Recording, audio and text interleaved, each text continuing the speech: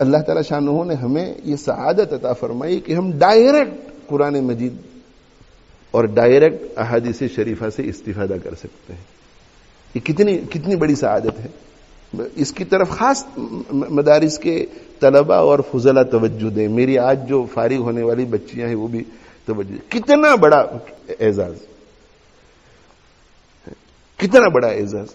اور اس پر ہمارے بزرگوں کا اور علماء کا اتفاق ہے کہ علوم کہلائے جانے کی چیز تو ایک ہی ہے، وہ جو مدرسوں میں پڑھائی جاتی ہے. باقی جتنی چیزیں پڑھائی جاتی ہیں وہ فنون ہیں. یہ ڈاکٹری کا جو علم یونیورسٹی میں پڑھایا جاتا ہے وہ علم نہیں ہے، وہ فن ہے. علم کس کو کہتے ہیں؟ علم تو وہ ہے جو آخرت میں کام آئے. ڈاکٹری میڈیسن کا علم آخرت میں کام نہیں آئے گا، وہاں کوئی بیماری نہیں ہوگا. آرکیٹیکٹ کا فن آپ کو آخرت میں کام نہیں آئے گا، اس لیے کہ وہاں فرشتے تعمیر کریں گے ہمارے لیے. اللہ تعالیٰ خود تعمیر کریں گے، کن فیکون. جو علم آخرت میں کام آئے وہ علم ہے، اور جو علم دنیا میں کام آئے وہ علم نہیں، وہ فن ہے، وہ ہنر ہے ایک.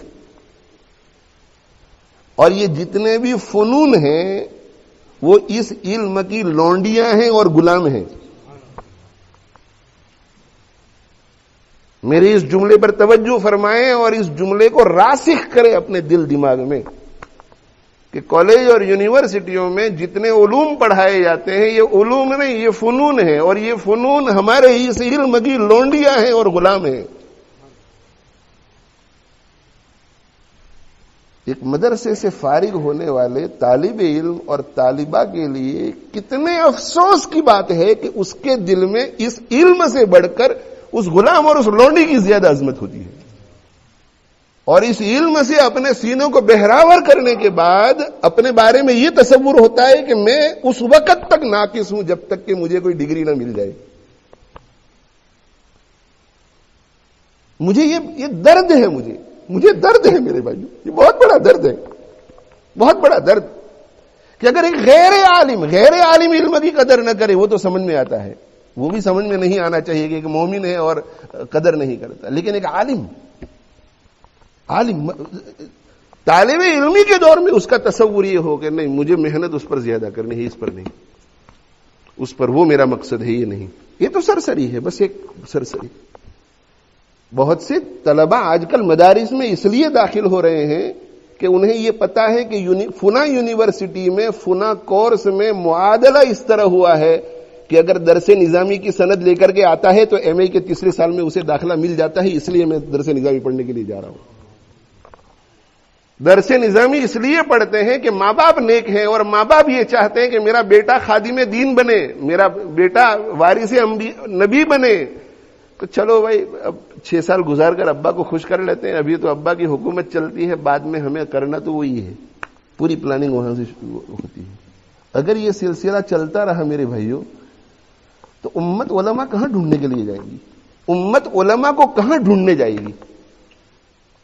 اگر ہر عالم یونیورسٹی اور کالج چلا گیا اور یونیورسٹی اور کالج کا کورس کر کے وہ اپنی فیلڈ میں گیا، جو ڈگری اس نے حاصل کی ہے اس کام میں لگ گیا، جو ڈگری حاصل کی ہے اس کام میں لگ گیا، ڈگری حاصل کی ہے اس کام میں لگ گیا، تو ہمارے ان مدارس میں کون پڑھائے گا؟ ہمارے ان مکاتب میں کون پڑھائے گا؟ ہمارے ان مصلوں پہ کون کھڑا ہوگا؟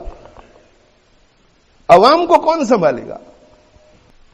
اس لیے میرے بھائیوں، اس لیے میری بہنوں، میرے بچوں، میری بچیوں، میں بہت درد دل سے کہہ رہا ہوں کہ یہ اللہ کی نعمت کی ناشکری ہے. اللہ کی اتنی بڑی دولت اللہ ہمیں دے رہے ہیں، اتنی بڑی دولت. ہمارا تو جذبہ یہ ہونا چاہیے کہ اتنی بڑی دولت مجھے مل گئی ہے کہ اب اس کے بعد مجھے دائیں بائیں آگے پیچھے کسی چیز کی طرف نہیں دیکھنا ہے، اسی دولت کو بڑھاتے رہنا ہے، اسی دولت کو بڑھانا ہے. اب سوچئے تھوڑی دیر کے لیے کہ ایک یونیورسٹی ہے، اس یونیورسٹی میں ڈاکٹرز فارغ ہوتے ہیں، یا پورے ملک میں 10 یونیورسٹیاں ہیں جہاں ڈاکٹرز فارغ ہوتے ہیں، اور ڈاکٹروں کا ایسا مزاج بن جاوے کہ ڈاکٹر کی سند سے فارغ ہونے کے بعد میں وکیل بنوں گا، اس لیے کہ ڈاکٹر کا پیشہ مجھے اتنا پسند نہیں ہے، میں لوئر بن کر کے اس میں کمانے کی زیادہ اپرچونٹیز ہے یا عزت زیادہ اس میں جو کچھ بھی ہو. تو 20-25 سال کے بعد ہاسپٹلوں میں کام کون کرے گا؟ اس لیے کہ یہاں تو جو ڈاکٹر نکلتا ہے وہ لوئر بنتا ہے، جو ڈاکٹر نکلتا ہے لوئر بنتا ہے، تو ہاسپٹلوں میں کام کون کرے گا؟ سرجریوں میں کام کون کرے گا؟ اس قسم کی چیزوں کا انجام میرے بھائیوں بہت سالوں کی بعد پتہ چلتا ہے، اور جب پتہ چلتا ہے اس وقت امت اس ڈگر پر پہنچ چکی ہوتی ہے کہ اس کا کوئی علاج نہیں ہو سکتا۔ آج کل ذہین جو ہمارے طلبہ ہیں وہ کالج اور یونیورسٹی چلے جاتے ہیں، اور کالج یونیورسٹی جا کر کے وہ ڈگری لیتے ہیں، اور ڈگری لے کر کے اپنی فیلڈ میں کام کرتے ہیں، تو اچھے علماء امت کو کہاں سے ملیں گے؟ یہ میری گزارش اس وقت یہ ہے کہ اللہ تعالی شانہ نے اتنی بڑی دولت ہمیں عطا فرمائی، اتنی بڑی دولت۔ مامون رشید نے پوچھا حضرت یحییٰ ابن اقسم رحمہ اللہ تعالی کو، من اعز الناس، لوگوں میں سب سے زیادہ عزت والا کون ہے؟ کون پوچھ رہا ہے؟ مامون رشید خلیفہ وقت۔ من اعز الناس، لوگوں میں سب سے زیادہ عزت اور شان و شوکت والا کون ہے؟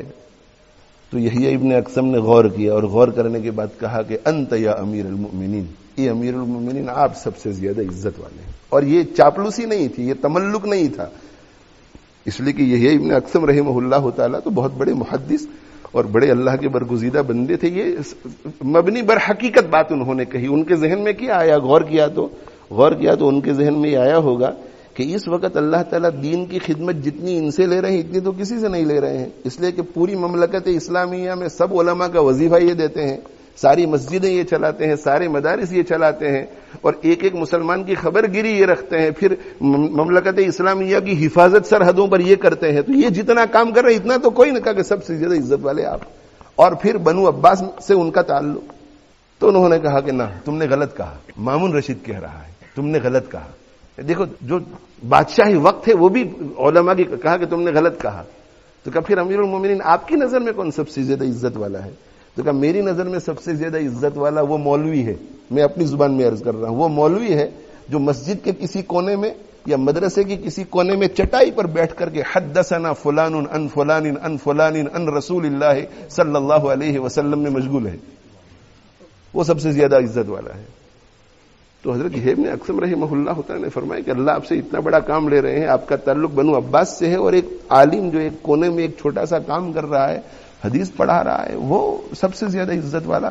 تو کہا کہ نعم ویلک، نعم تجھ پر افسوس ہے یحییٰ ابن اقسم، تم سمجھ نہیں پا رہے ہیں، وہ سب سے زیادہ افضل ہے اور سب سے زیادہ عزت والا۔ کیوں؟ لأن اسمہ مقترن باسم رسول اللہ صلی اللہ علیہ وسلم، اس لیے کہ اس کا نام جو ہے وہ اللہ کے رسول صلی اللہ علیہ وسلم کے نام کے ساتھ ملا ہوا ہے۔